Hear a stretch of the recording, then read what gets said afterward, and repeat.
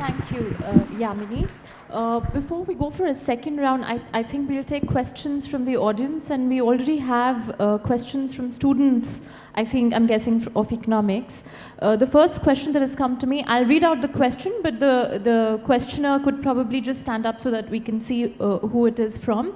Isha Vedehi, I have a question from her. What are the steps government has taken or is going to take to improve domestic saving rate in order to achieve 5 trillion economy, as we know that domestic saving rate and investment rate are two pillars of economic growth? Who is the questioner here? I guess we can, who should we address it to? Ratan, would you like to take it? Or would Mr. Agarwal like to take it? The steps for domestic saving rate to be increased. Well, firstly, let me not link it to a 5 trillion economy. I'm not a communist. So I can't do this target business. Huh? Like 5 trillion economy must be achieved. You know, Politburo has said it. Therefore, everything we do will be for that. You should increase domestic savings if you want to increase investment using domestic resources. Whether you get a 5 trillion economy, 3 trillion economy is another matter. Now, there is a conundrum in India, which is that if you look at our total investment GDP ratio and deduct from that, I have to play a lot of hoops in macroeconomics to explain this to a macroeconomist, but since you're not macroeconomist, you're saved that. Deduct from that the total contribution of foreign savings. It is arithmetically true that total domestic savings financing domestic investment is at least 20-21% of GDP on a bad day. Okay, on a bad day. But when you go and count what we call financial savings on a good day, they're about 11%, 10.5% of GDP on a good day. So there is almost half our savings is not available for utilization through what we would call the credit multiplier. You know, normally 1 rupee of savings can be used 3-4 times. No? And I think that is the major challenge we have. Now, the response to that challenge has been Jan Dhan. That response to that challenge has been an attempt to go out there and to mobilize savings to a number of other instruments, including insurance. The response has yet to yield results, but that is at the crux of our challenge. To see why, please understand, Mr. Agarwal said that the fiscal deficit number is not sacrosanct. Nothing is sacrosanct. But there are some practical reasons for it, which have nothing to do with the econometric exercises my colleagues did in the FRBM committee. Look, if my financial savings are 10% of GDP and total fiscal deficit of the center is 3.3 and of the states is 3, that's 6.3%. उस पे add कीजिए public sector borrowing requirement, minimum 1.2%, 7.5. तो फिर भाई 2% ही बचा private sector के लिए, corporate sector, because the corporate sector, not the informal sector, the corporate sector cannot access this physical saving. This savings are not in the market. जो market पे है, वही government access कर सकती है, वही corporate sector access कर सकता है. That is the reason why we need to keep the fiscal deficit down. Now, if you are magically able to increase the total number of financial savings to 15-16%, I'm not a fiscal law. I'd be very happy. I mean, I wouldn't be, because I know government expenditure is very bad. So I don't like it. Apps are an issue. I don't like the way they spend their money. You can all see it outside. But बदलेगा 5 साल में. But अगर नहीं बदला तो I'll still feel bad. अभी तक तो नहीं बदला है. खच्चर एक्सपेंडिचर होता है. तो अगर ऐसी बात है, at least your macroeconomic constraint will go up. Now, how do you do it? You tell me where these savings are, and you go out and persuade people to put their money in the financial markets. They have not done it for 60 years. Try and do it with my blessing. I don't know how. Ask a banker. I guess a lot of it goes into gold, and there have been attempts to monetize that, but we're not seeing that much success. They're not putting money into the financial markets, and they're putting it into gold as sentient beings. If you try and tell them monetize and put it back into financial markets, why would they? I was at a gold conference recently. Basically, trust in public institutions is low. Exactly. I was in Tamil Nadu and I asked them, I said, I was trying to sell a fixed income product. So I said, why don't you put your money in the banks? They said, no, banks are very dangerous. Government will steal your money. I said, why? You won't believe this. They said, Vijay Mallya ka kya hua? He went bankrupt. They froze his bank accounts. तो नहीं डालेंगे हम पैसे. These are complicated matters. They're not just economics. They involve sociology and all that. We have got to understand them better. But again, there's nothing much the government can do. except improve its own trust. And if it can do that, perhaps we can do it. And of course, spreading the financial system out, this Jan Dhan business, all these things, I can't remember what they're called, but lots of things have been done. When they bear fruit, if savings go up, it will be great. The point I'm making is, you don't have to get people to save more. Huh? You've got to get people to save such that they put their money in financial markets. That's our constraint, not our savings rate. I just want to add on one point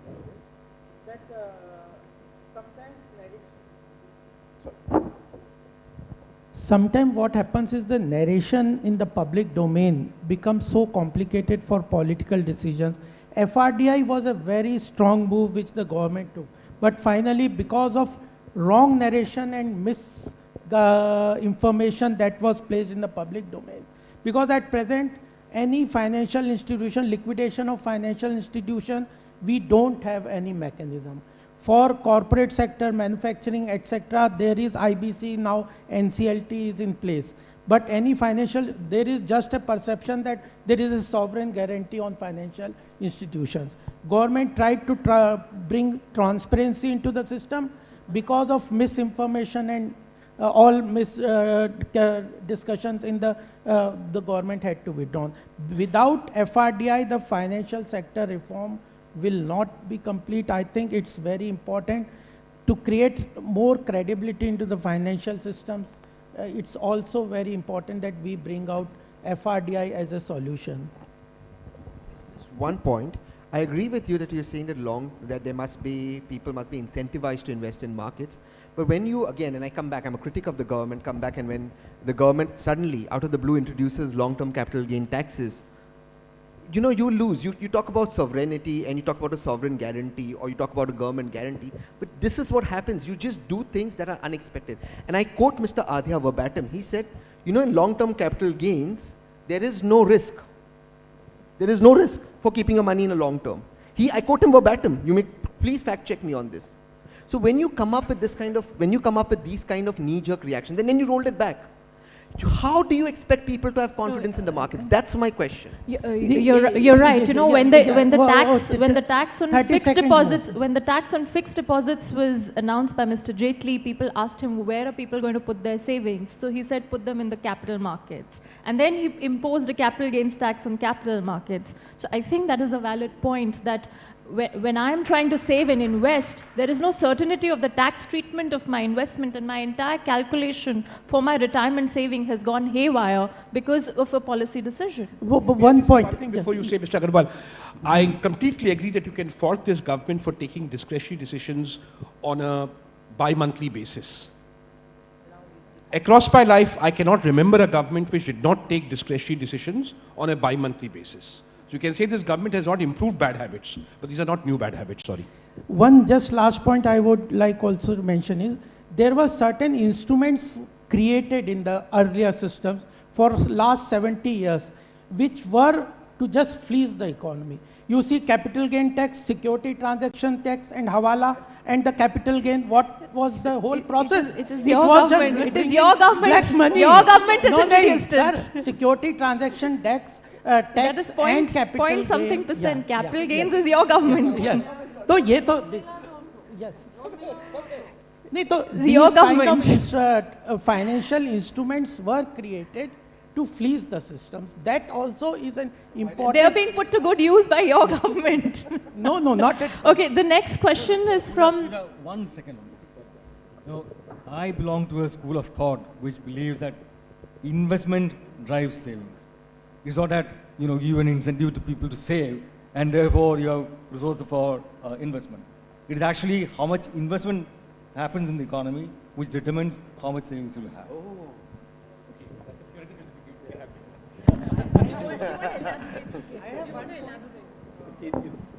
Do you want to elaborate? So there are very many ways. For example, just take a negative example. If there is inflation, because there is a lot of investment, suppose there is an excess of available savings and there is inflation, that will sort of restrict consumption and will have forced savings.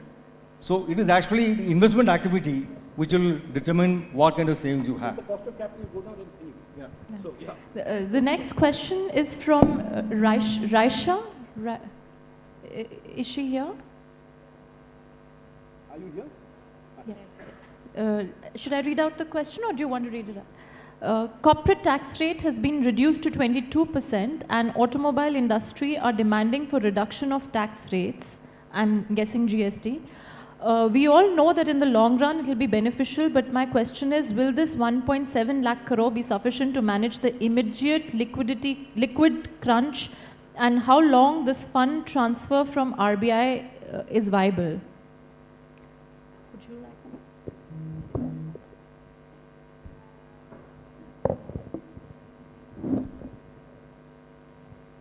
Was your question addressed to us, somebody on the panel, or is it all right? So, Renu. Okay. Immediately, I don't think that the tax cut will yield any kind of, benefits. It's always a medium to long term, because what it does, it alters the returns on certain types of investments, and then, we have to see the demand conditions as to how they evolve, within the economy and externally outside the country. Now this 1.76, whether it will meet the, liquidity thing, good question. First of all, number one, we have to look at the revenue side, which is the financing side, which is budgeted.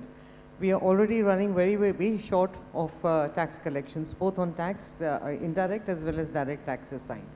So, that bit has to be also offset from this bonanza. The second is this revenue foregone from this. Calculations show that some estimates, these are not my own, I'm just quoting others, which is that it isn't all that much, as is claimed that 1.45, this thing that the government trillion is giving up for the sake of these corporate tax cuts. So that's not going to, if the magnitude is smaller, then obviously it won't. So what matters, I think, is important is how the tax collections evolve in the next remaining few months of the year. And second is the government has budgeted a huge amount of divestment, 1 trillion. And so, it's always subject to uncertainty, in the sense it depends on market conditions, what is the appetite of them, whether prospective buyers and all. So we have to see whether that is realized or not. If it is realized or over and above, I mean overperformance, well and good, then we may not have this problem. But if there is, on the other hand, if there's an undershooting, then yes, there could be a further shortfall. If I may, I just wanted to add to the discussion a little bit on the saving side. Two Perhaps things. later, because we are short on time right now. Devanshi Gupta, the next question has come from Devanshi Gupta. Is she here? Okay, I'll ask the question. We have seen in the past decade that the GDP growth rate in India has been about 7%, out of which 3/4 has come from consumption and only 1/4 from investment. What can we do to ensure an increase in GDP of the country from investment? TK, would you like to take it? Since As I said, to raise investments. share in GDP. Yeah. You have to increase absolute investments to raise the share of GDP in investments, right? Now, we have many problems. Our financial mediation mechanisms, through which savings are mediated to investors, that is broken. The banks are burdened with non-performing loans. Our NBFCs, what they are like. The bond market is virtually stunted. So, and we don't have any more of these term lending institutions that used to make funds available to industry and infrastructure in the past. So, this is a problem that needs to be fixed. And there is no short-term solution to this. Secondly, you need a political culture where investment in infrastructure pays or is possible. Now, in order to build new towns, we are an urbanizing country. Like any fast-growing economy will be an urbanizing economy, right? China built more than 1,000 new towns during its phase of fast growth. India will also build many new towns. How do you release land for building towns without conflict? You had police firing in many parts of the country. A government was changed in the West Bengal because of land acquisition. In Amravati, the new capital being built in Andhra Pradesh, there was a new model where farmers were giving land in return for an annuity for 20 years, and some 13% of the land returned to them as urban developed land. So they were willing to give the land without any upfront money for them. So this is a cheap way of financing investment. However, when a political change took place and new government came in, that government is saying that all this is corruption, I will not honor these contracts. So this is upturned through political disruption, a very viable model of creating urbanization. And urbanization is the key to a whole lot of investment. And unless we fix these kind of problems, we cannot really have viable projects. And of course, government must pay for the work that is done for it, for any kind of investment to take place. And also the increasing consumerism perhaps in the younger generation is a social... No, consumerism, etc. doesn't come at the expense of investment. If there is consumerism, then companies will invest to supply to that consumerism, to meet the demands of consumers.